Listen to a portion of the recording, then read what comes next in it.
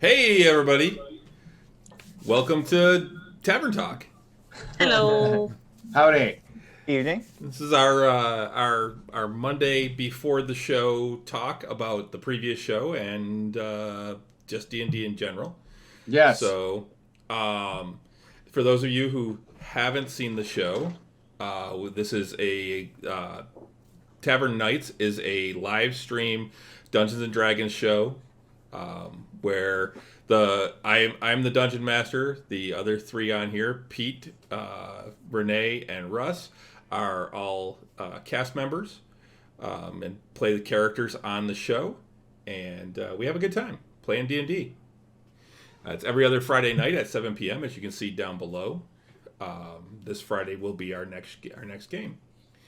And since the pandemic hit, we've been playing online, and actually this entire show has been online so far. Yeah. Which actually has worked out really well. But one of the things we were talking about yesterday, actually, we went over to Pete's for an outdoor Easter event, and we were talking about the fact that almost all of us, at least all of us that were there at the event, had at least one shot. Russ, you just got your second shot today. Yeah. Resistance is futile. I'm sorry. We are the Borg. I say We will add your Ruscutus. distinctiveness to our own. I killed it though because I smiled a little bit. I couldn't hold it. It's Ruscutus of Borg. Nice. Hey, did you see? They dropped. I know this is not exactly D&D talk, but It's today exciting, though. Today is Star Trek. Is First Contact Day. First Contact Day, which for those of you guys who are Trekkers, that means that this is the day, according to Star Trek lore, April 5th, that we make first contact with the Vulcans, which A few years from now.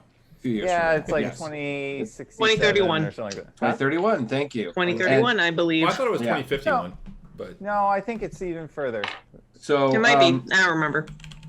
that sounds about right. but it That might be. sounds like a Google search. Yeah. Anyway, but today they did drop the new trailers, the teaser trailer for Picard season 2063. 2. Aha, Ah. so we are a bit off. For Yeah. Picard season 2 and for Discovery season 4, they dropped the Oh, teaser I missed the teaser Discovery trailers. one. I saw the Picard one and got chills. I know, right? Yeah, I Me haven't too. had a chance to watch it yet. Oh. Yeah, Renee It's sent all it. audio. Renee sent it to me, but I haven't actually had a chance to watch it yet. Or listen to it. I got one letter for you, man. You don't even need to say it. Q. One letter. Just one Yeah. letter. It's got to be Q. Q. Oh God, Yeah, he loves John he's- Delancey. he's got Yeah. a thing. He's got a thing for Picard. He really does. It's like a beloved pet. He's like a beloved pet. I mean, Janeway he had a boner for, but Picard, Yeah. just a beloved pet. I had to explain Q to Stella a little bit ago.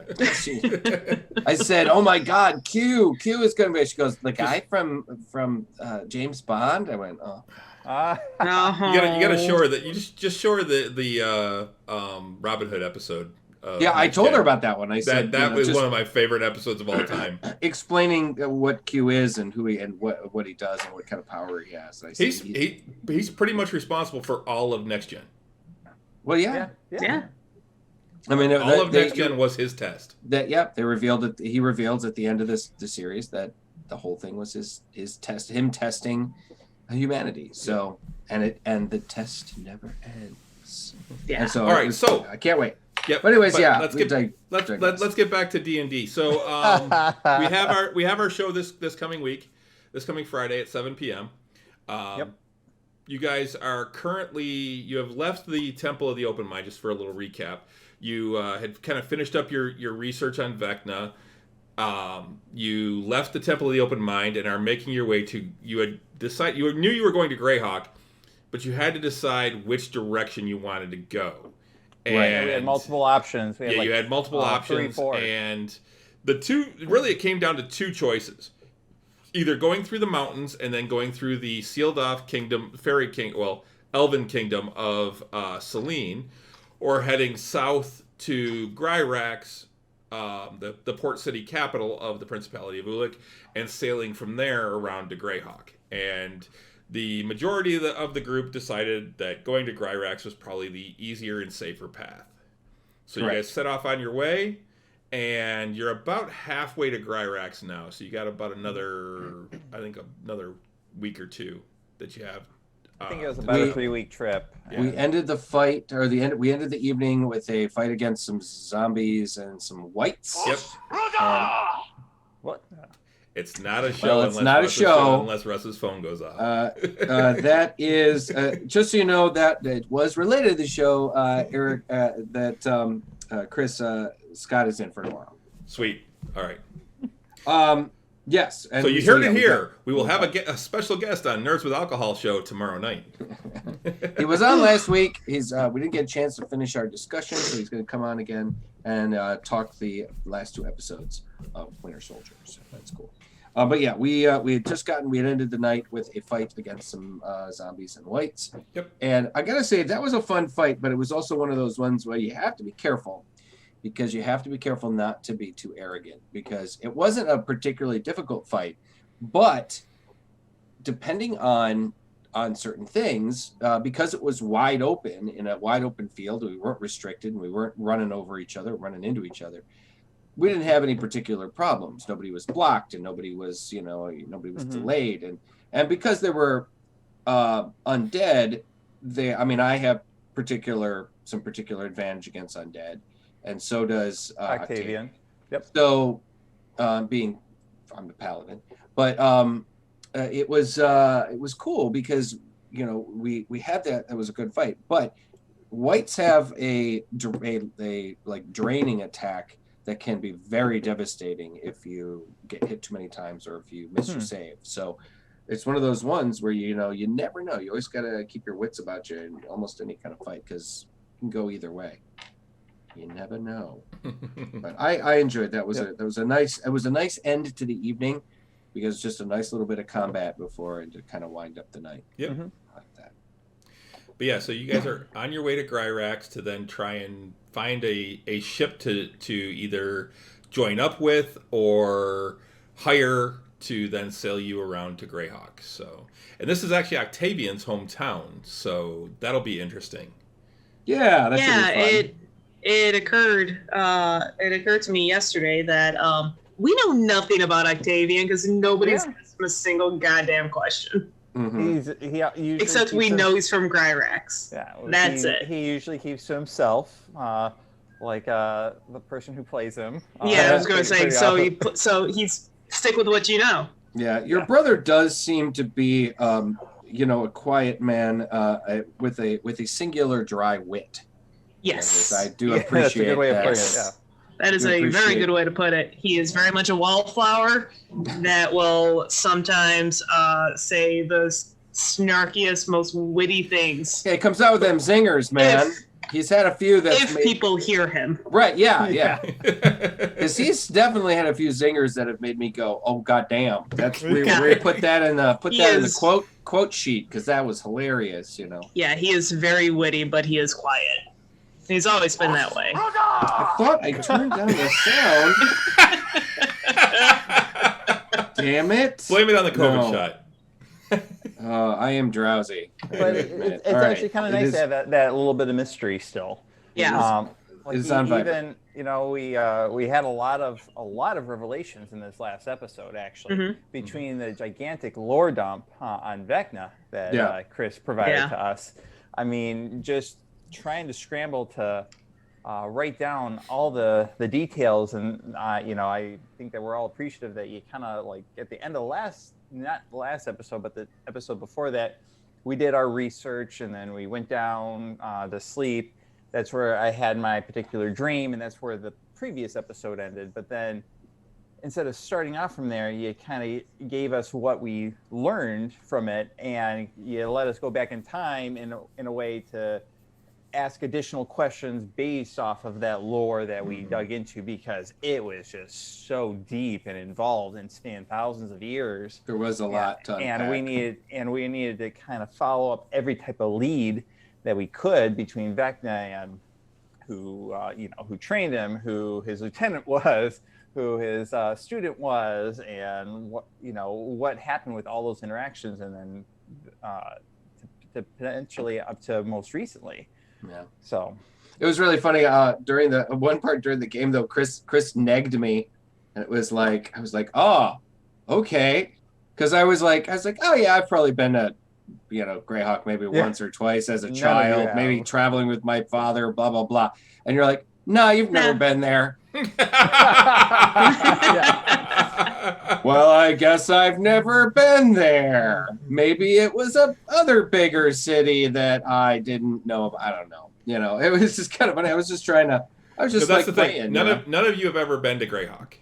Mm-hmm. That's the thing. So a couple of you may have gone to like Gryrax where you're going.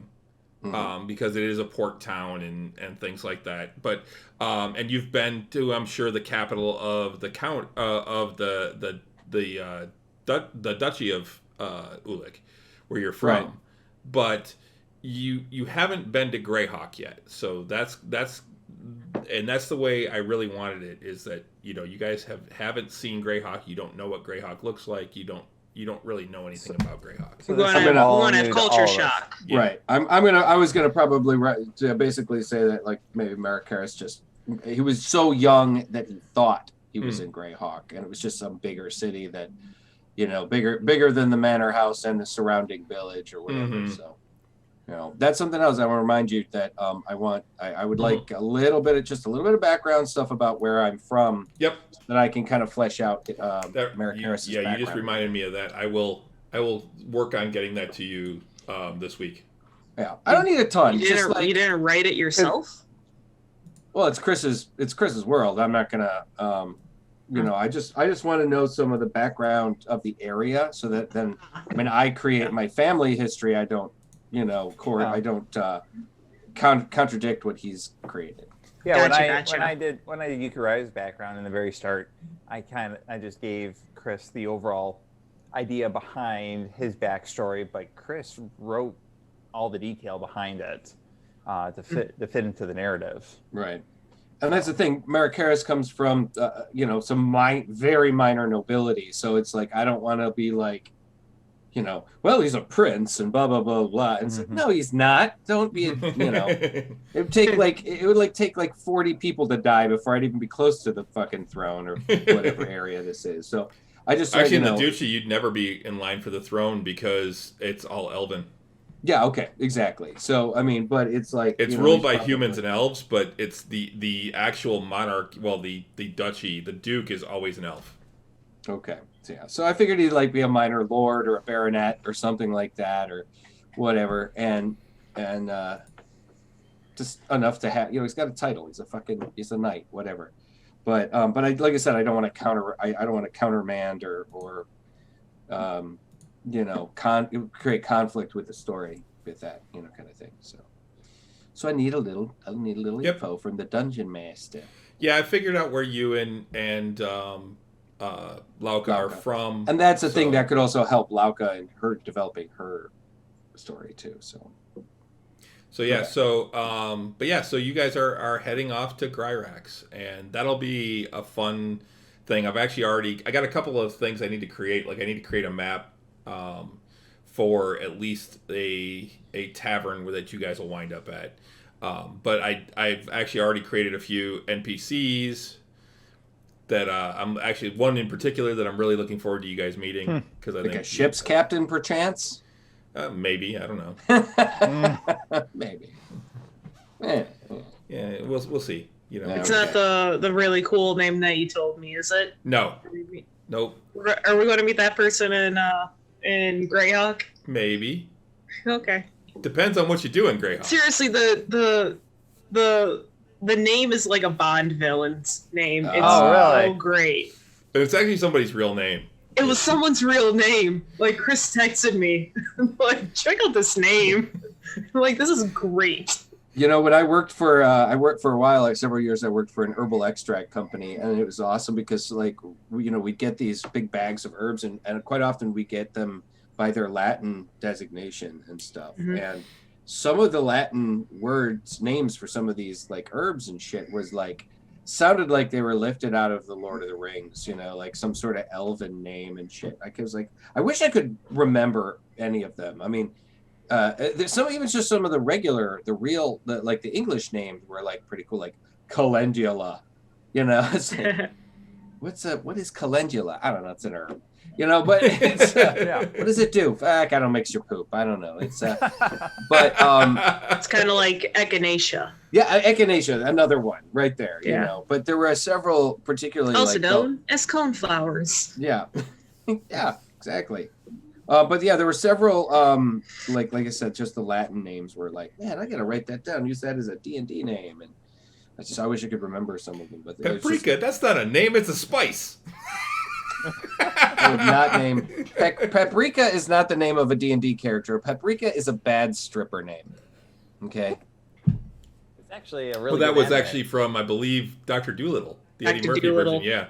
His daughter says, "I'm not such and such. I'm Paprika." He's like, "Paprika's not a name; it's a spice." Yeah. That first one was cute. Yeah. But I'm looking forward to. I'm actually looking forward to seeing how our characters do on the ocean. I think that's what drew me to the fact that let's go in that direction. Actually, it was interesting because after talking to Rich, who plays Octavian, yesterday, he was actually telling me that he was trying to hint to us that he wanted to try the mountain pass. I did not catch that. Yeah, he actually told me that I was trying to push for us going to the mountains. I didn't want to go down there. And I'm like... all the more reason to go visit his parents in Grand Right, because you know why? Because he doesn't want the spotlight on him. Yeah, you know what? And I'm kind of wondering if that's more the reason why. Yeah. You have to do that because that's how Rich actually plays with it. Yeah. Well, that's the thing.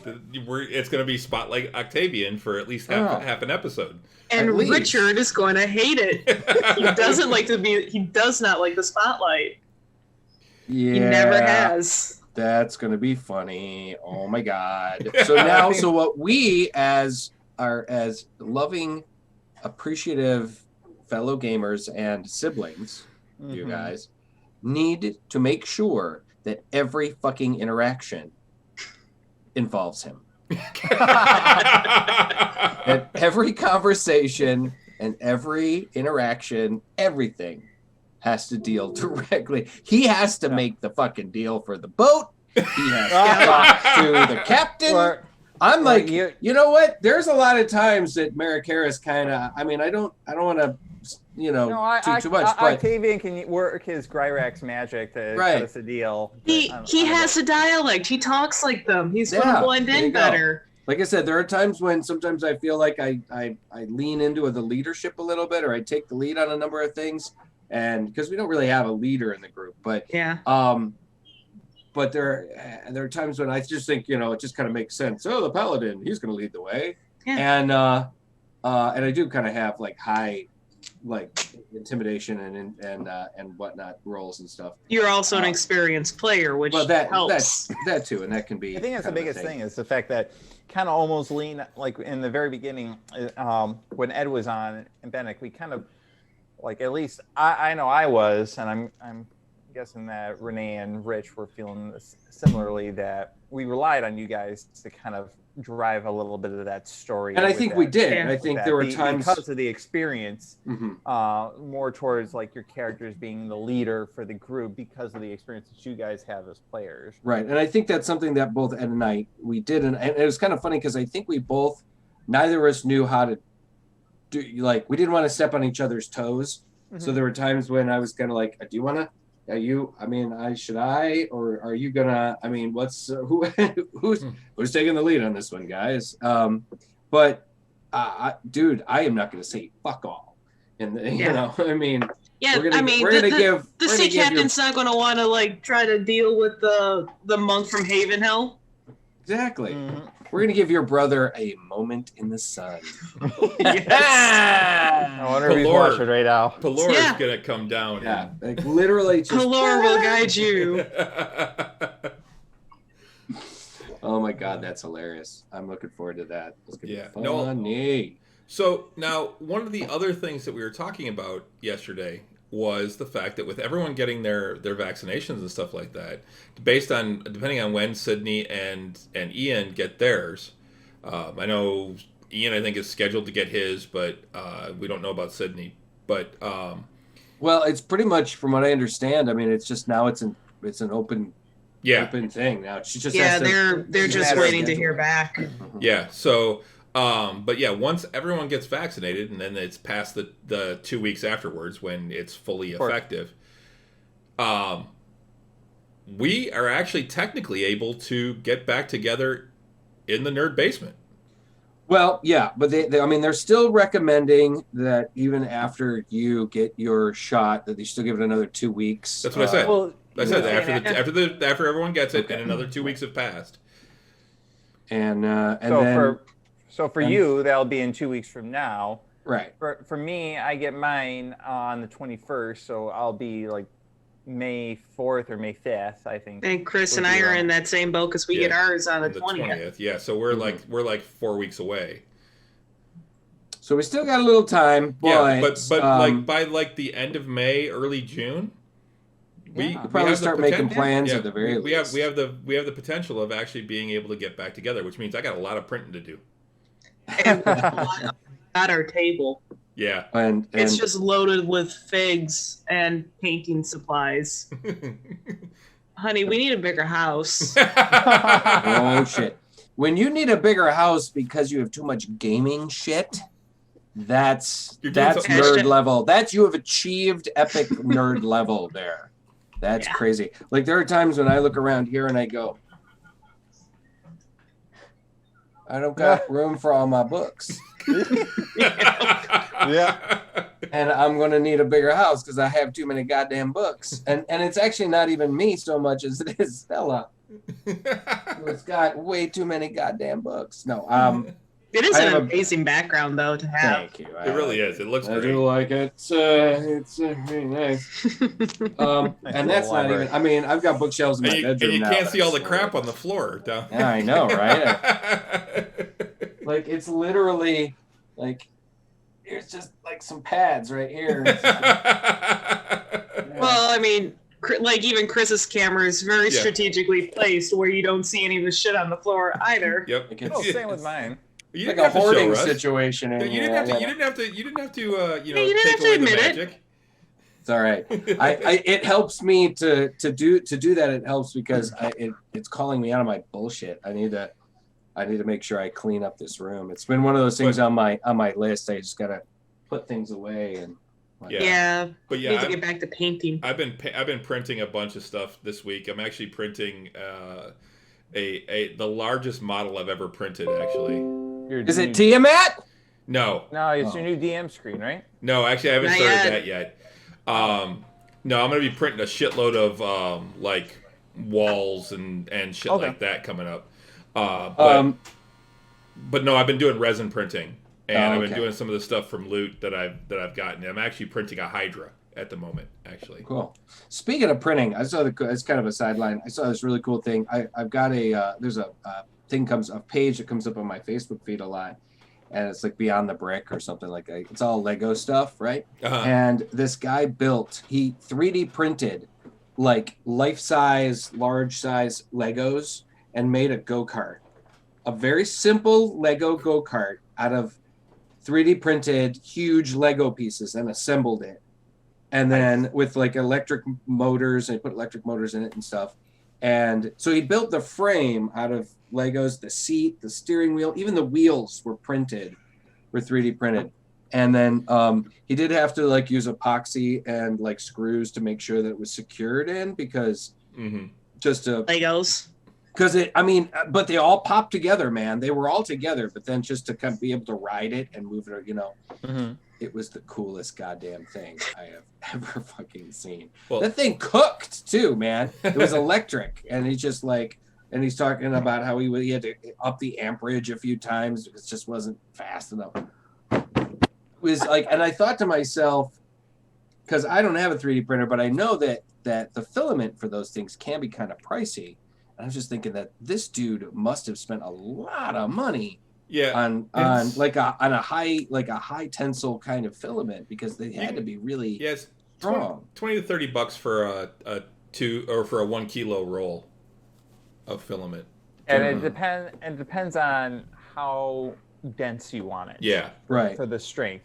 That can make or break how much filament that you use, depending if you have the infill set for 20% or do you want it to have it almost completely solid all the way through. Yeah, like I do on a lot of the stuff that I print, like the walls and stuff like that, it's like a 15% infill, I think.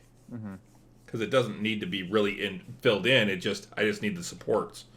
So it does definitely sound like there is a learning curve when it comes to the 3D printing world. That there's a lot of stuff to kind of figure out. There is, but you figure it out through experimentation. There's a lot of experimentation, but there's also, if you do research online, you can find a lot of that stuff and cut your research down by a lot.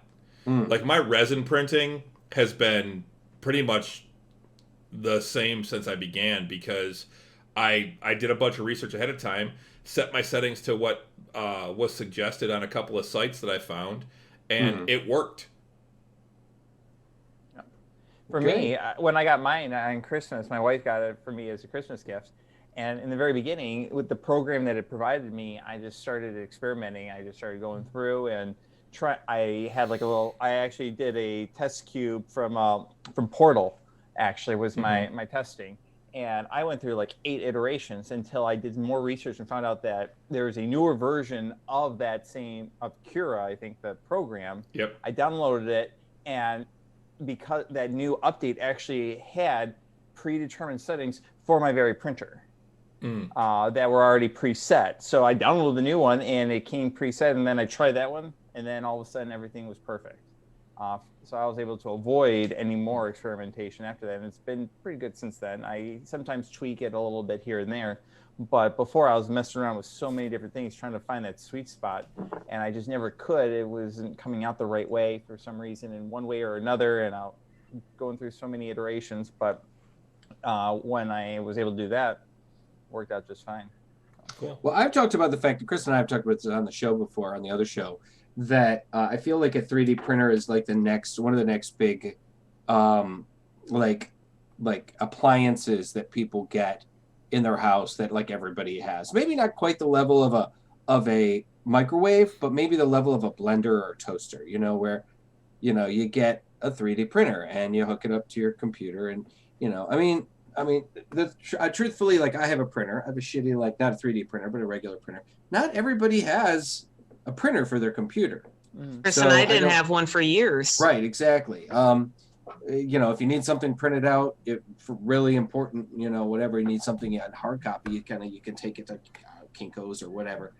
And I hate my printer. This thing is like, it's such a pain in the butt. But I think the 3D printer and I know that there are ones you can buy that are they're more user friendly. They're kind of like, but they're also a lot more limited than say what like Chris would like you have, I'm sure.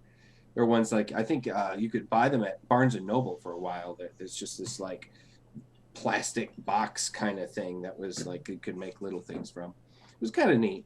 But I'm fairly certain that within the next, like, say, 10 to 15 years, we're going to see 3D printers that are marketed to, like, a general kind of household, as opposed to being, like, it's more of a hobby thing, right now. I think that we're going to see that. And so, I mean, I'm really curious about it. I can't really afford, to delve into it myself right now, being Poe. But, I think it's fucking fascinating. Some really, really cool stuff. And we're seeing, and I love the fact that they're figuring out ways to 3D print in all kinds of different materials, and plastics and resins and carbon fibers now. Carbon fiber, and I think there's even ones that print in like a metal, like an almost aluminum. Really? Aluminum and forced. That's crazy sauce. But yeah, and then there's prototypes coming out right now because right now you're fixed with your actual like plate, how big your print plate is. Right. The continuous 3D printer conveyor belts. Yeah. So it never stops. Yeah, you can just keep printing it, and it's basically it prints, it advances, it prints, it advances, it prints, it advances, it prints, it advances, and then you just pop them off or you have them fall off into a bin, and then it just keeps printing until it runs out of filament. The chick that was one of the lead engineers that was designing it, essentially 3D printed a 1 meter I-beam. Yeah.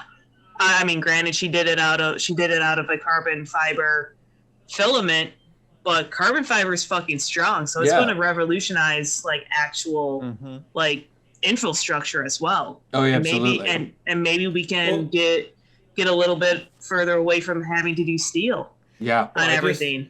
I just saw that somebody just moved into the very first 3D printed house. That's right. Yeah. I saw a thing where they were using like a giant 3D printing, they had a concrete. Basically, it was concrete that they were printing. Yeah, concrete extruding kind of 3D printer, and it would print out the base of the building, the walls essentially, and then they would build up the house. And so that was some freaking neat shit too. I'm just like, overnight, this thing just goes around and fucking 3D prints the walls of a house. And a person just moved into it. It's crazy sauce, man. Yep. We live in the future. We do. We live in the. I want my flying car. Yeah, they promised us jetpacks. I want to teleport. If I can understand that they haven't figured out teleporting yet. That's complicated. Not that a flying car isn't, but I want my flying car. They promised us in the 70s and 80s flying cars. Back to Future lied. And I want my fucking Jetsons lied. The Jetsons lied. Hey, they were right about everything else. If anything, what we're going to be closest to is like in the movie I, Robot, like where they have like all the self-driving cars and highways. Yeah. And like the maglev technology. That's the direction that I think that we're heading. I definitely think we'll see self-driving cars mass marketed in our lifetime. That's they're already laying down the groundwork right. for that. That's a decade away, I'd say. I mean, there's that show Upload that's on Amazon. That's like 20. So it takes place like 20 years in the future or so. And honestly, there's a lot of the technology seems fairly believable. They have 3D printed food that they've got these 3D printers that prints the food out. It's kind of neat. Well, we've got that now. It just tastes like we already have that. Right. But the funny thing is, they printed out like we are getting way off of topic here, by the way. But it's funny, like they printed out. Oh wait, this is a D&D show. Yeah. That's right. It was really neat though. Let me finish. They printed out steak and potatoes, and then she takes a bite out of it, and then she goes, "Ooh." She goes, "Dad, I think you need to refill that fat cartridge." Like it didn't have any taste because it was all just protein. Yeah. So anyway, but 3D printing, really cool stuff, and it has, to get back to the gaming aspect, it has revolutionized the way people are representing their tabletop games. Yeah, I mean, do you have one of the walls right there, Renee? That's I made a little room. Oh. A room. It's just a wee little room. Because it kind of all started with us, with Chris, you mentioning that we're hoping to get back together, right? Corner. Yeah. And, there's like one of the corners that I've printed out. Yeah, that's great. Oh, that's badass, man. So you got a lot of so it's a lot of this is a cool one. That it actually is like a trap. That's so cool. It's a secret door. So you'll be able to basically put them together and customize wherever we happen to go, and you can utilize the same ones, just adjust the map as needed. Yep. But I know that, hopefully by the end of May or so, I'm looking very forward to getting together. And I think that you were talking about like how you have these plans for the cameras and the coordination between that, so that way you can view everyone, but also a top view of the maps that you have going on. This one. Oh yeah. Oh, that's cool. Oh, cool. Very cool. Yeah, kind of like the way I don't want to go here. I'll say, I'm sure Russ recognizes that. Let me say it again.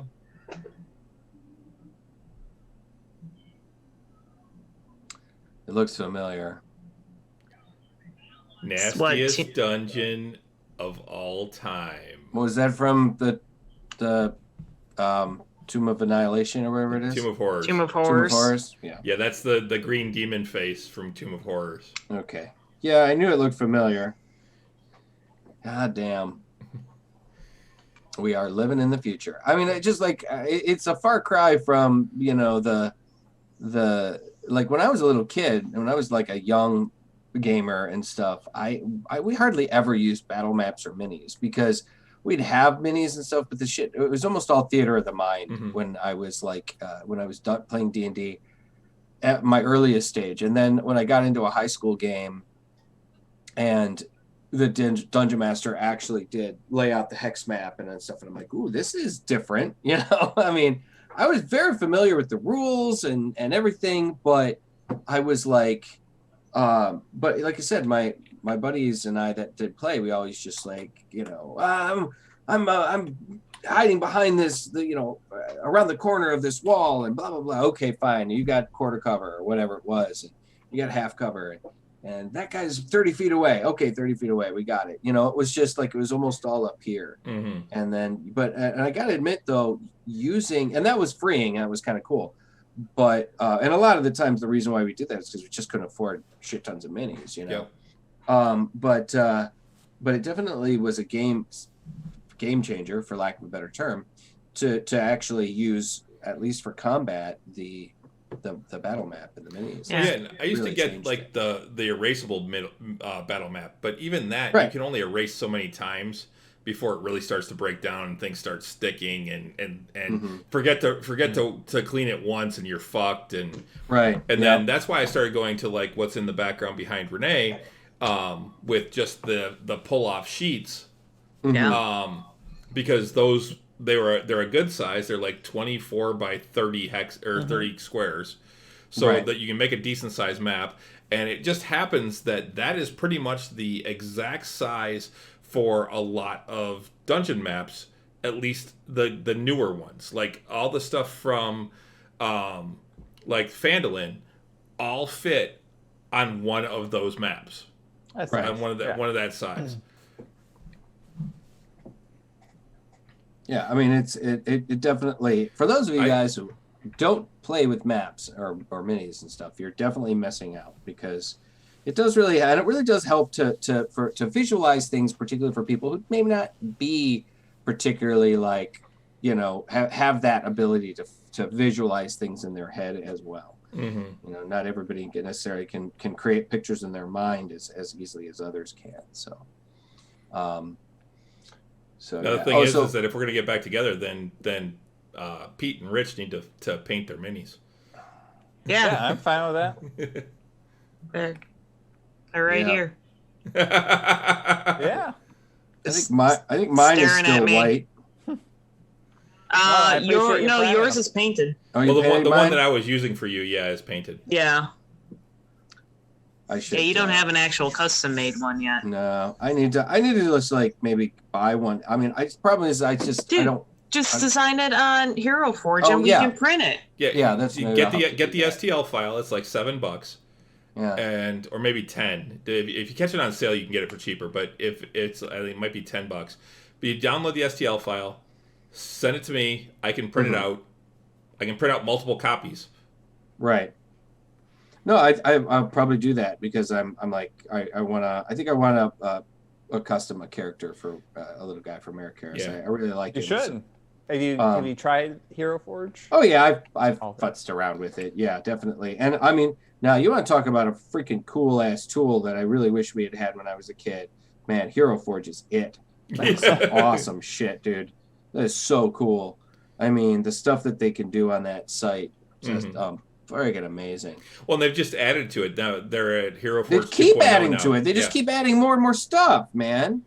Yep, I mean, because their Kickstarter was so well, and now they're doing like tokens and stuff like that for online games, which all of your tokens I created via Hero Forge. Right.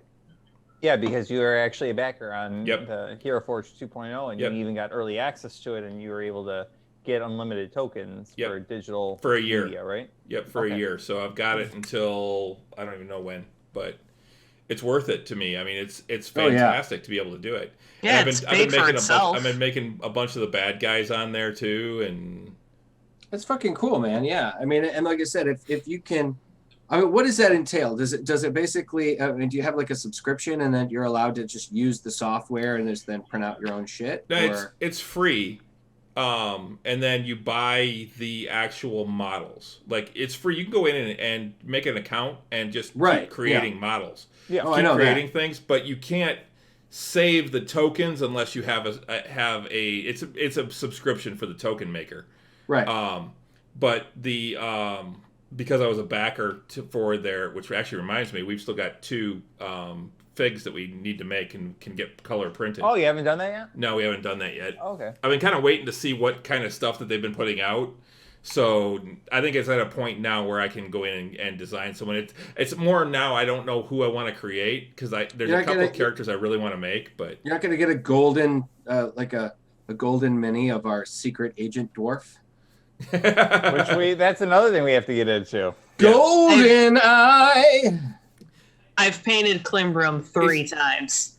So if she ever dies, I'm going to be super pissed. Because I have done her 3 times in 3 renditions of her. Well, that's cool. Eventually I'm going to get around to drawing all of our characters. Actually, it's kind of interesting that you brought that up. One of the things that I'm actually thinking of doing, I just hit like 10 years at my job, actually. Well, congratulations. Congrats. Thanks. And part of that is they gave me we have like this reward system where you get like a recognition from your management or. Are you saying you leveled up? No, just got some. Level 10. Level 10. Just got some points to use towards like basically an online catalog. So I'm actually going to. I got like a bunch of Amazon gift cards, and I'm going to invest in an iPad. And since my birthday is in a couple weeks, I told my wife really want like the Apple Pencil. And I want to actually get that so that I can do some digital drawing now. Are you married to the idea of the iPad? Yes. Because he's an Apple guy. Because we have nothing but Apple products, and everything is like fixated on, like we have iPhones and Apple TV. Everything that we've like downloaded. Fair enough. Is through there. So I was just, and since it's basically like I'm only going to be investing like $100 into it, so I can get the bump up of the memory, really. But that way I can maintain it all. But I wanted to start getting into the digital drawing, and that was going to be one of my first things that I wanted to start doing, is trying to do digital drawing of like either like our characters, or at least my character at first, and then maybe others. Or when's the last time you've drawn, Pete? It's been a while. I got into it about like 5-6 years ago. I was doing it, trying to make an effort to do it at least like sketch daily. And like Inktoberfest? Something like that. I just kind of started doing it. I got a sketchbook, and I spent like trying to do 20 minutes to an hour and I did it for about 6 months, like almost every day, and I did pretty good.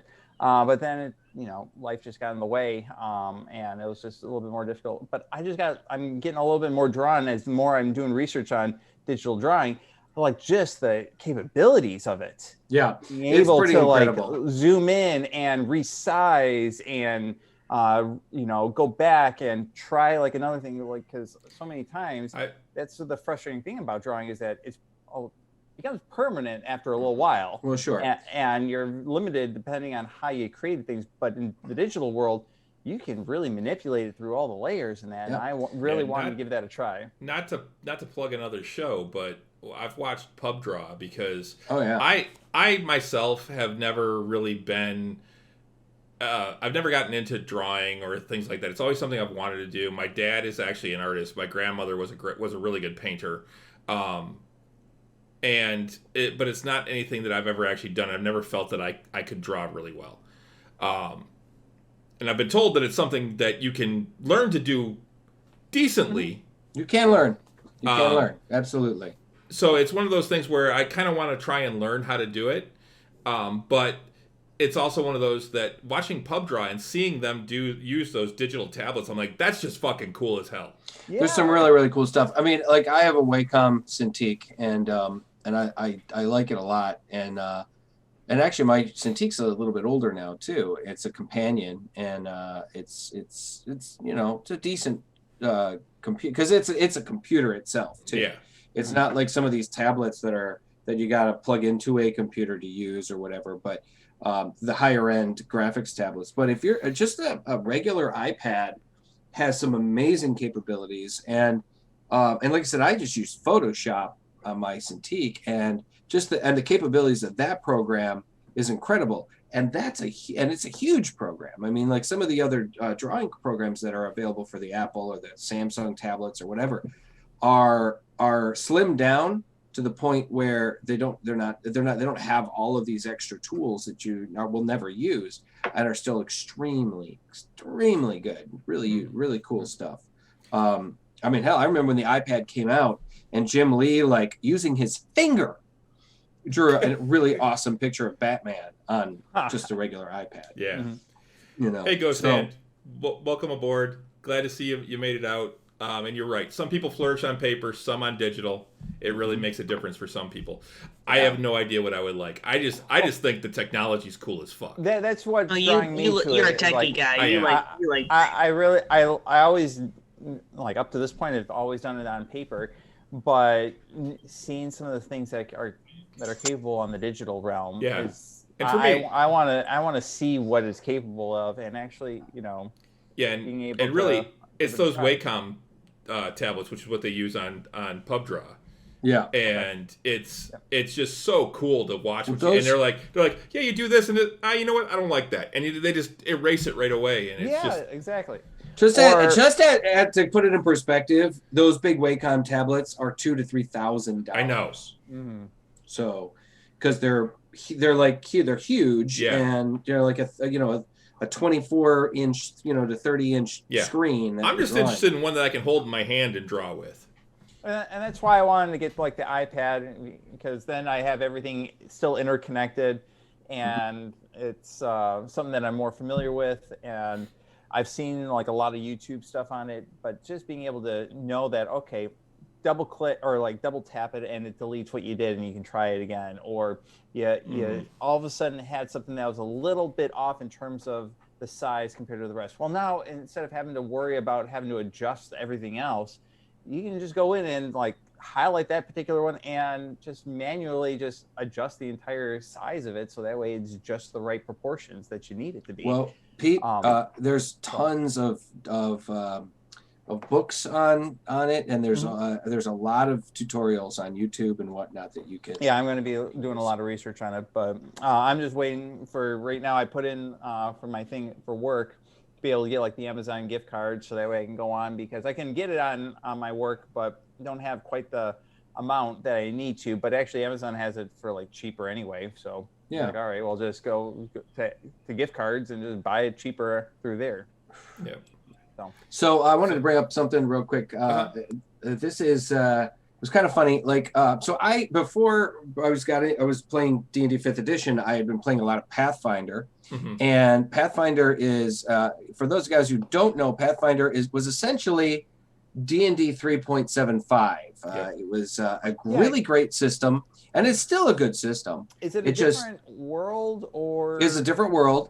But it is a D20 system that was like I said, essentially because Wizards of the Coast opened up the license for the D20 system, so it allowed anybody to make like a supplemental Dungeons and Dragons stuff. Well, when they moved on to 4th edition, and 4th edition sucked donkey balls, Paizo,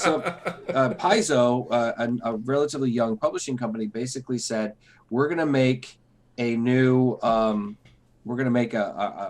new role-playing game, a Dungeons & Dragons-esque role-playing game. And they basically just took D&D 3.5, tweaked it, and made it a 3.75, and made it honestly better. And it, for the longest time, before 5th edition came out, Pathfinder was dominating fantasy role-playing. It was doing a really great job. In fact, Critical Role started off as a Pathfinder game before they changed it over. Really? They ported it over to 5th edition For the show because they knew Dungeons and Dragons has a better recognition name. They also figured, well, maybe we could get some sponsorship, which they eventually did. And for anything, Wizard of the Coast can thank Critical Role for doing that. Needless to say, after a while, Pathfinder came up with a version 2.0, and now I haven't read them yet, but I did just pick up the second edition or the second edition Pathfinder rulebook, and so I'm in the hardcover. I just kind of splurged on Amazon, and the funny thing is, the cool thing is, Pathfinder has also been doing these pocket editions of their books. Now they're not really a tiny pocket edition, but they are about good size, and they're paperback. And for a lot of their the larger size paperbacks, right? Like a larger size paperback. I mean, if I had, I'd have to run and get it. But actually, so maybe a little bit bigger than like this book. Like comes out about here. Oh, okay. So it's about slimmed down about 25%. The art is still very, very clear. The reading, the words are very, very clear. So it was really cool. And like I said, they're substantially cheaper. So you can get these great books for $20 instead of 40 or 45 or 50.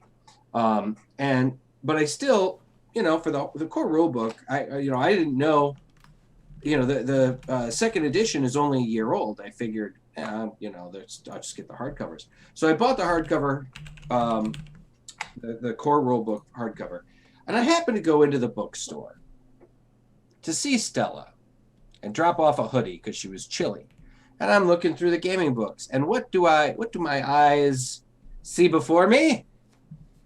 A paperback edition of the core rule book for roughly half the cost. I'm like, son of a bitch! And they had the Dungeon Master Guide too, and they're also putting out 2 bestiaries. They have actually 3rd volume of the bestiary coming out. I'm like, son of a gun. So I did end up keeping it, but then I ended up buying the DM's Guide and the one of the bestiaries, and I ordered another one. Now on Amazon, that it's a bestiary and not a bestiary. I was just like trying. I'm like, but it actually is a bestiary. It actually is a bestiary. They don't have the A in it. Yeah, I always pronounced it as bestiary originally. I always most people pronounced it bestiary, even though I knew it wasn't. Yeah. So anyway, the 3rd edition, the bestiary 3 is coming out in April. It looks like coming up. But now, if you look them up on Amazon, it does, instead of just waiting for the hardcover edition or softcover edition, it does give you the option to order either hardcover or paperback initially. I think the paperback editions of these books have been popular and successful enough that they're like, well, we might as well just put them out at the same time. If people want hardcovers, they'll get hardcovers. If they want paperbacks, they'll get paperbacks. So needless to say, if you guys are interested in checking out a slightly different gaming system, it's still a D20 system, but they have tweaked it a bit. From what I understand, they have taken a few lessons from Dungeons & Dragons 5th edition, and they're saying good things. Now, the cool thing about it, too, is because it's such a similar system, if there's a lot of stuff in Pathfinder, you can adapt to Dungeons & Dragons 5.0 if you want. Creatures, character classes, different things like that. They just need a little tweaking here and there. If I'm not mistaken, I think, Chris, you've adapted quite a bit to 5th edition, right? A lot of what we've done before, you've had us do some things that weren't actually part of a 5th edition module or. Well, I mean, I've homebrewed some stuff, but yeah, I have in the past done some updating, and a lot of the Stone Tooth when you guys wasn't actually 5th edition, right? What's that? The Stone Tooth module that we did, that's not 5th edition. Actually, it was. You mentioned. It was actually updated to 5th edition. It actually. I thought it was originally like a 3.5 it came out in, I think, 2nd edition. And okay. But then it was updated to 5th, and I used that. Now, granted, I didn't use the actual module. I used the maps from the module, and I used some of the basis of that module, but I also modified it to fit my storyline. Oh, I thought you modified it further to fit like 5e. No, it was all the stuff in there was 5e. It was just like when you guys were fighting the undead lizard people, that you still don't know exactly what they were, but those were actually alive in the other one. That whole level where it was all undead was not undead in in the actual module. That was okay. part of my whole thing with where you guys found the temple to Orcus and all that stuff. So, and that was all part of that. They were alive until the necromancer came in. The other nice thing about Pathfinder books too is that they're just really great books. I mean, that the artwork is really fantastic, and they do a really good job of putting these books together. So a lot of the times, I mean, I get these books largely also to continue to support the company, you know, because I just like it's a great company. So, yeah. So Chris, do you want to give us any like hints or teases for Friday's game? You're gonna get to Gryrax, most likely. I've heard that people want to have dinner with Octavian's parents. Yes. So I have to do that. You're gonna have to do it up, dude. You're gonna have to create do some characters. Well, I already know who they are. You're gonna have to do some acting, man. You're gonna have to do some voices and acting. I know who they are. And then I've got some other characters that you guys. I'm depending on what you guys do, you may meet them this week. You may not. It depends on how long you take doing the whole thing with Octavian's parents and all that. So and going back to his home and how much he wants to show you around. He's going to show us all of it. He doesn't get a choice. But yeah, other than that, you guys I am planning on getting you guys to Gryrax this time, unless I roll really shitty and you wind up having like 5 more, random encounters. No, if anything, you typically, I don't know what you like. How do you typically roll for like random encounters? Like it depends on where you are. So where you're at right now oftentimes you roll. I hear you roll, and you're like, all right, everything goes well. Yeah. And honestly, I feel it's a rainy day. Honestly, like 9 times out of 10, I feel like we don't come across anything. And because you're rolling that way. So because you are in very populated lands, very civilized lands. Okay, that makes sense. The chance of a random encounter is actually pretty low. It's basically I roll a d20, and if it's an 18 to a 20, you have a random encounter. Okay, so that's where I was kind of wondering. Yeah. So very low likelihood. Yes. That we would have at a random night encounter. That might go up depending on where you're at. Okay. Because a lot of things come out maybe at night. Or on the main road. The freaks come out at night. Yeah. And when you're staying on the main road, that's where it is. If you wander off the road, that's going to go up. So because you guys have been staying to main roads and things like that, there's the chance of a random encounter is actually lower. Okay. Interesting.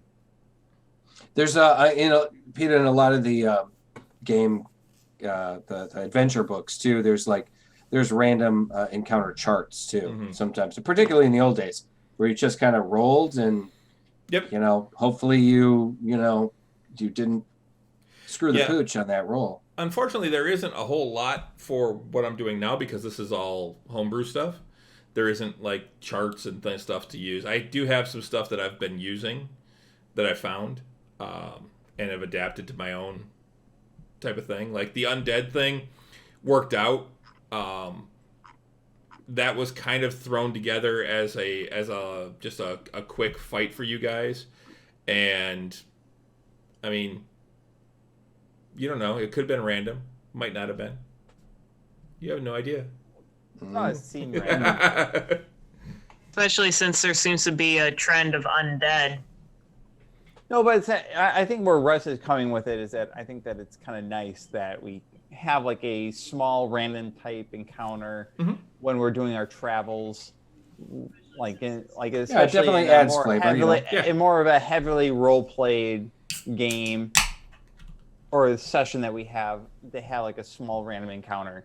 Because there were times that it was heavily role played, and it was like we had a few that were all role play essentially, where we didn't have any fights, but we did significant amount of traveling, and it just happened to work out that we never came across anything. Yeah, I think Russ even made a mention of it. It was like, maybe throw something in there just because anyway. And that's the thing. I try and balance it out to where you've got the role play aspect, but you also have the fighting aspect. Because let's face it, that's part of D&D is getting into those fights, getting those challenges. There's other challenges as well, which is why I make you guys make skill rolls all the time, things like that. Which I like that a lot too. I have to admit that like doing stuff like doing those type of things adds a lot of flavor to the game. Yeah, and that's the thing. Nothing is necessarily easy, but if you want to try something, you can try it. It's going to be it might be a really difficult skill roll, or it might be a really difficult, to hit or something like that, but you can certainly give it a shot. Unless you're going to try and trap a fart in a box. Well,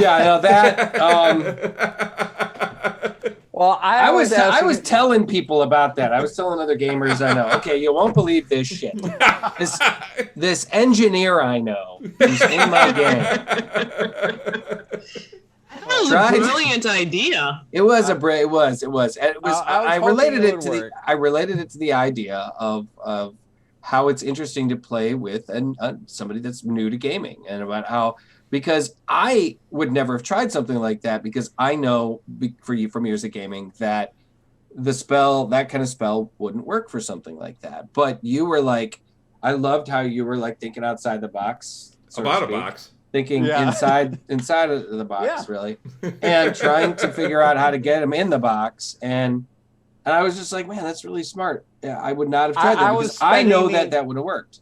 I was spending the entire, after my round ended and that happened, I spent the entire round when everyone else was taking their turns trying to figure that out and ask the question and figure out, read through the spell that I had planned, wondering if I can manipulate it and just and ask the question and get a good understanding of it and the capabilities behind it.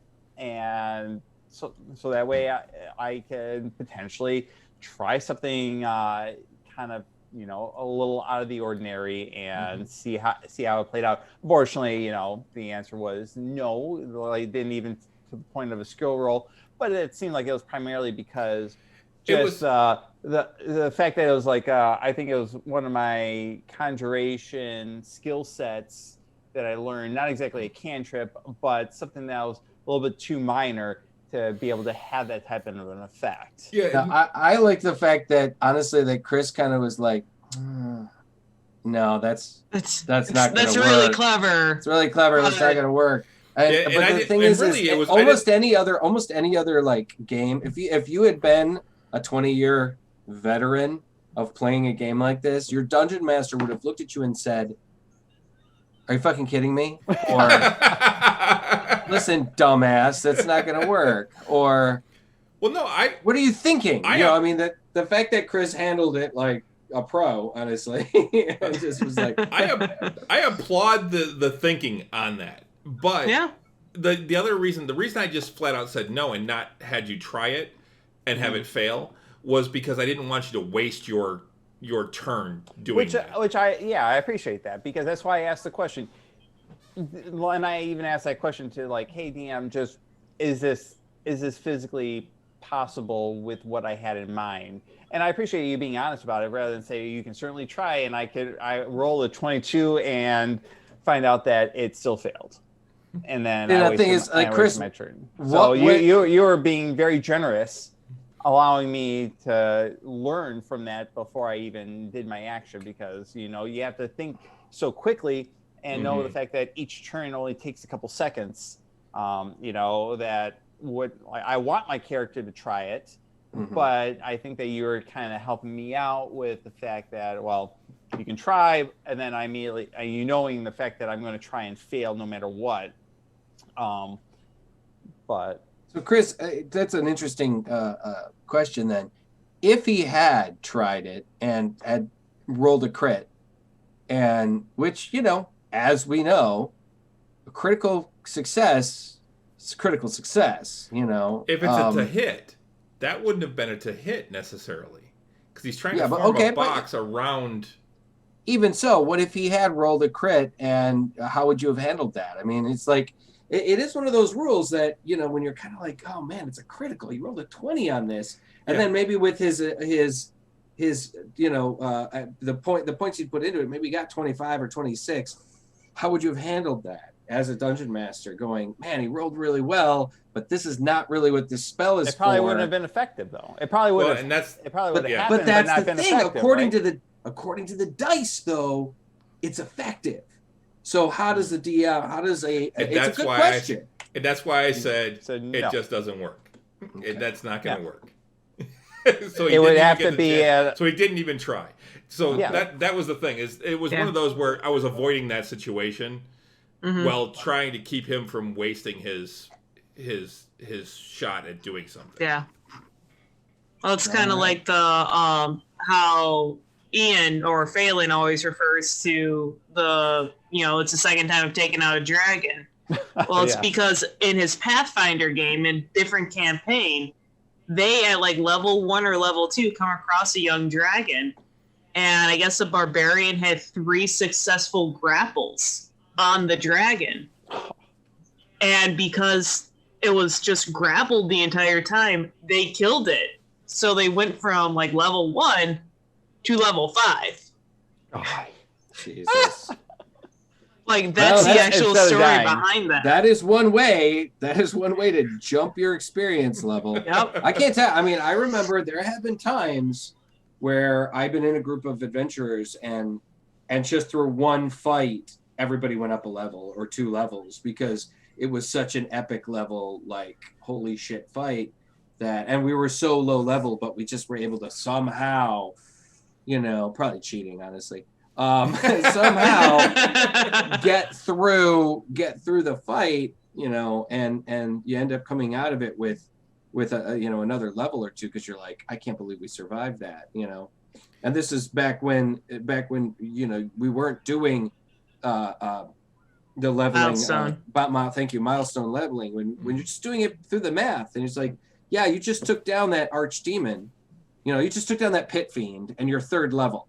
And your group of 6 took down a pit fiend, and all of a sudden you all just got 5,000 experience points. And you're like, shit, and you just jump up 2 levels, and that's where the math doesn't always work out, because and that's one of the things that I like about D&D is like, because although you have these rules where the math is supposed to be like create a guideline, but there are times when the dungeon master has to go like, there's no way you would jump up 2 experience levels in your life as a character just from beating 1 monster.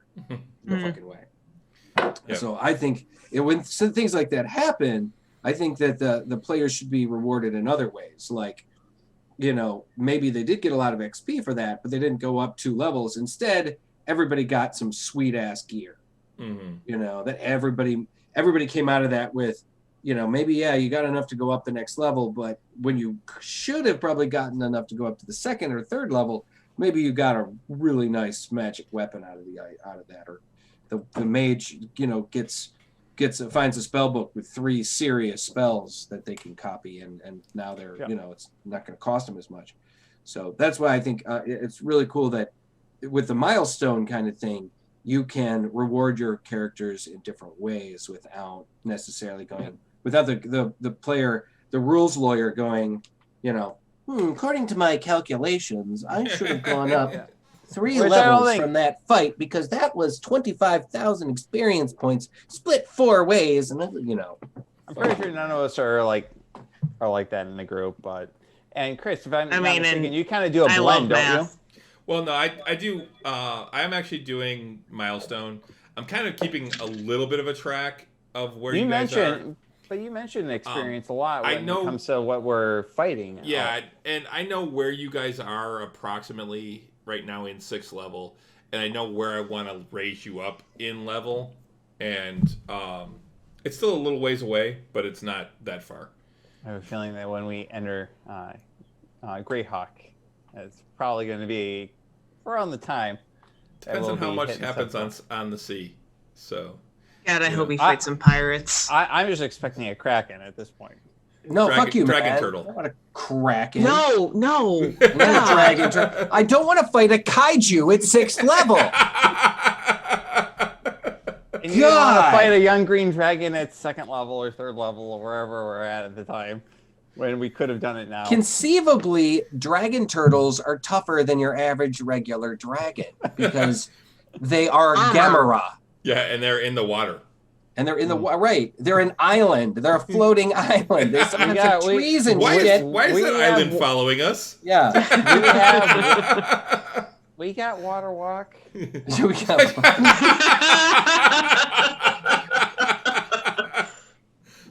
Suddenly I look behind and something is there. Pull this out of here. Look at this chapstick I got here. Put it in my pocket. You guys are going to be on the sea and you're going to have somebody look behind and be like, what if I look behind us and suddenly something is there? Inconceivable! So when we're on the water, how long does it take from Skyrax to Greyhawk? You have no idea. I thought that there's a typical amount for trade. How long it usually takes? Like a couple. I think you did say something like a week and a half or 2 weeks. Well, it depends on. So it depends on if the ship is going straight to Greyhawk or if it has stops along the way. Because a lot of ships are going to different ports. They may be going to Greyhawk, but they may have other stops along that path because you have to basically sail around and then up into a gulf, I believe it is, and then up into Greyhawk. If you're, it's the difference between flying direct to Tampa and having a layover in Atlanta. Yeah. Gotcha. And that's the thing is, so there may be some stops along the way. Okay. And it really depends on what you can find. If you can find a straight shot there, it would probably take with good weather, a week or 10 days. I say we have a layover in Tortuga. Stop off and make part for Tortuga. So you want to have a little pirate campaign? I think Maricaris has a soft spot for pirate stories from when he was a lad. And he is going to romanticize being out on the water a bit, considering that he knew as a child there was no way he could ever be a pirate because of his station in life. And so there's going to be a little bit of that oh yo ho kind of thing. He's gonna. You wouldn't be surprised if his accent starts to take a bit of a darker turn. We're on the waters. Oh, bye, Haronius. Hi. All right. Hi, to be sure. So one thing I wanted to still ask about was that it was a big thing that came up in the last game was Climbrum. And her new title. Right, we didn't discuss this yet. I was just going to say, why don't we talk about the secret the name of the last episode right? when I put it up, the secret Dwarven Monk. That was so goddamn funny. That was hilarious. It was either going to be that or that's a right pisser, brah. I like what you went with. Already. That's a right pisser, brah. Because that was all homebrewed as well. Yep. The Temple of the Open Mind is actually my own creation. Yes, but everything behind it, as well as this secret title, which I thought was really cool, and it was a really very fascinating and interesting build-up over the course of a couple sessions. Especially knowing the fact that you kind of had, I think you guys had some role play offline about the trials. And how Climbrum portrayed what happened during the trials, and that it sounded like it was more like a failure, but it turned out to be something much more fascinating in the end. Yeah, so Climbrum actually killed it on the actual physical aspect. I was just like I was rolling great. And then I got to the actual like written portion, and it took me on the oral exam. It took me like 4.5 hours to find what I was trying to find, because I rolled like a 14 on my investigation. Climbrum rolled shitty. Yeah. See, now personally, I get why you did that. You know, you had that little like role playing session so that you didn't want to like bog down the show with just her role playing, because it probably took a while. Yeah, we legit role played it in the like in the office. Right. Yeah. Yeah, where he's at. See, but there's a part of me that really would have liked to have seen that. You know, we probably should have recorded it. No, but especially the conversation that Climbrum and Curridin had. Yeah, but that's what kind of makes it. And then meeting my other meeting the my point person, because fuck that guy. Your protector. Yeah, my protector. Like he's gonna fucking protect me from anything. But you see, we weren't there though, and nobody was there. That was a very private thing with Climbrum, and that was part of it. And I like the fact that there's a disconnect, that we don't know, that you were actually gone for a little while, and then you were so mysterious about it when you returned, and you did have this role play. Was so pissed. Oh my god.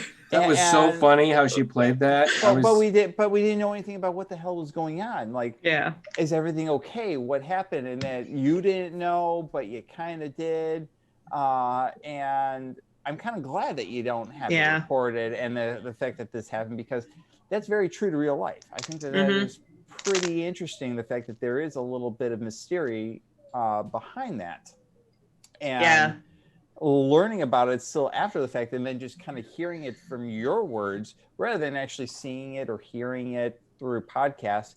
We're kind of hearing it from your interpretation of it, and like that you were just beyond. Yeah, so you were in a mood when you returned, and so Climbrum, I didn't know that there was a fourth, because I knew about the protectors, the seekers, and the guardians of the temple. I didn't even know about the whispers until Curridin said it.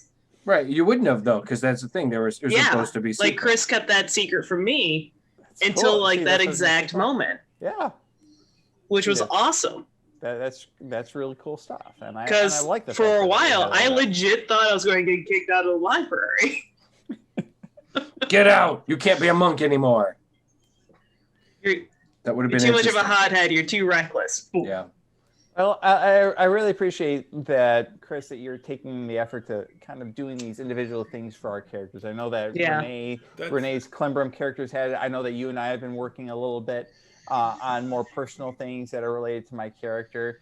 Had some interesting interactions in the last game on mine as well, and like what I hopefully would have planned in the next few games. I'm not sure if you have something like that going on with anyone else, but the fact that you are open to that, then you should ask them. Ask them. Well, that's the thing. So the ones that I don't have a lot on yet are Maricaris and Octavian. They're the ones I need to work with more to get more ideas. I've got some stuff for Phelan. I've got some stuff for Lauka. And right now, and eventually that's the plan, is I want everyone to have their moment. That you know, that one moment type of thing. So there's going to be things about people's backgrounds, and there's going to be stories that I'm going to create around those backgrounds. Currently, we're working on they're actually working on yours, Pete.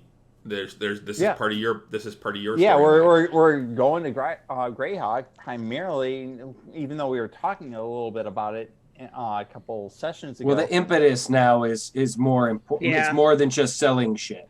Yes, exactly. You know? The fact that I had that vision, dream, whatever you call it, because it seemed like it was real time, but based off of the interactions with my communication with know, with Madeline, who was my mentor, it seemed like I was seeing something that wasn't in real time, but potentially in the future or, a possible future. I'm not sure. There's a lot of unknowns with it, but that's what kind of drove us back, we should go. One of the things that we're heading there anyway, and then we were talking about it to begin with, but now this is the driver behind it. Even though did you come up with the name Madeline, Pete? Nope, that was Chris. Okay. One of the things I think it's so pretty. Yeah. It's just a pretty name. Mm-hmm. One of the things I find interesting is the fact that our characters, literally, Chris, I believe you said we've only been adventuring together as characters for what, like 3 or 4 months? 4 months, almost, 3-4 months? Almost 3 months now. Okay, almost 3 months.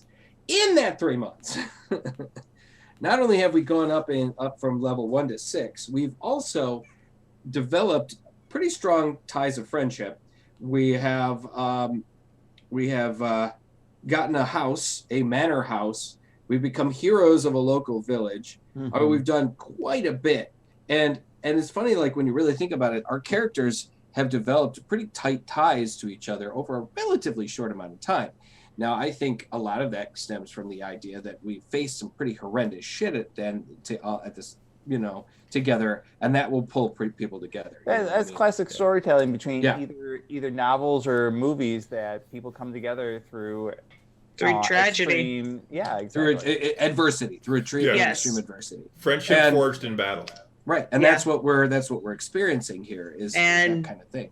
And blood of the battlefield is thicker than water of the womb, which is the actual quote, not the misquote that everybody fucking does. It says blood is thicker than water. Right. That is not the quote, and it means the exact opposite of what the actual quote is. Correct. I read that. Were we talking about that on our other show, Chris? Maybe. I think we might have been. But that might have come up. Blood of the battlefield is thicker than the water of the womb. Yeah, Your chosen family is often stronger than your actual family ties, because you can't choose your family. Right. People who you're actually related to, whereas you can choose your chosen family. So often the people that you're actually related to are fucking embarrassing. So I know, right? Jeez. I mean, a fart in a box. I mean, Jesus, man. What are you? It's all right. You're good. Hey, you know what? I'm proud of the fact that the relationship that you and I have. I think that's pretty darn unusual. We're all in our mid-30s and we're as close and we see each other as often as we do. Yeah. I would also have to agree. I can't stand one of my sisters. Like, we can't even be in the same room together without, wanting to kill each other. I honestly cannot fathom that as a possibility with Rich same. and Renee. Like, I can count on either one of them for absolutely anything at a moment's notice, or they know that, and I pride myself on the fact that I hope that they can count on me the same way. Yeah, absolutely. Yeah. And it's just like, I mean, honestly, your guys' relationship is impressive to me because, like I said, Tiffany and I mean, I love my sister, sure, but we don't like each other very much, I mean, we have nothing in common. We argue all the time, and we have ever since we were little kids. And what's the age gap? A year and a half. We're only a year and a half. That's why. And that's probably why. Yeah, exactly. I think, like I said, we are polar opposites, Yeah, and I think one of the reasons why Pete, Rich, and myself are so close, why we have such a close relationship is because Pete and Rich are so close in age that development-wise, they essentially went through all those stages of development. You're Irish twins. Yeah. We're actually the same age right now. For 1 month, we are the same age, and we are actually both 36 right now. That really cracks me up, man. and then Renee is I've never actually met Irish twins before. Whereas I'm so much younger. Right. I mean, I'm 5 years younger than Richard. Twins that aren't Irish. Yeah, exactly. So the fact that Pete and Rich are so close in age, they're practically twins. Mm-hmm. You never really competed because you're the same age. You developed together. It's not like one being 2 years ahead and the other trying to achieve what the older is doing. You guys did it together, and I was so many stages behind by being 5 years younger that I wasn't competitive with you guys because you were so much You were 4 stages ahead of me. My sister Megan and I get along great. She's 7 years younger than I am. Yeah. You know, so. Chris is closer with his youngest brother, who's 12 years younger, versus the one that is 2 years younger. Right. It's like that 2 year. Even then, none of us are all that close. No, I mean, no. Ed and Jim are closer than I am with either one of them. Yeah, well, your whole family really is. It's just not a close family. Like, you don't hang out with your family. And I think part of that comes from the fact that my dad had such a huge family, and there was always infighting and things like that. And my mom's family is a little bit closer, and I'm actually closer with them than I am with anybody on my dad's side. Yeah. But, well, familial connections can always be complicated. Yeah. But we should probably wrap things up. We've been at it about an hour and a half here. Chris, what do you think? Yep. Yeah, we can start wrapping things up. But yeah, I'm looking forward to seeing where you guys go with this. There is a lot of stuff that I'm still gonna be working on. Like I said, I do want to work on stuff for every character. I want everyone to have their moment. So yes, Russ, I will get you your stuff, and we can talk anytime about what you want to do and where you want to go with your character and what we can do from your background. Right on, man. I know you're busy. You'll get around to me eventually. It's cool. I was just honestly, like, it was for me going to Chris and telling him, hey, I have these ideas, and he was just, indulging me. We originally started talking a little bit about it about 6 months ago, I'd say, Chris, on some of the ideas that I had, and you happened to mention, and then we kind of talked about it back and forth. And then just sort of forgot about it over the last few months. And then you kind of mentioned, like, hey, you're getting kind of close to approaching what you're hoping for. And one of the things, like, oh my gosh, all right, well, now I have to revisit it and see, like, start generating that conversation with you to see what, like, does it actually work, or do we have to tweak anything? And so much has happened between, November of last year and now, like, in terms of the storyline. Does it still make sense, and do we have to tweak anything? And so honestly, like, if you have anything, Russ, and I was trying to tell Rich this yesterday as well, for Octavian, that if you have something in mind, just bounce it off of you, Chris. You seem to be very open-minded about trying to make things work for, like, our characters, and have it balance out just the right way. I want you guys to have the story that you want. Yeah. And if I can help facilitate that in some way and play it out, I think that's all for the better. Mm-hmm.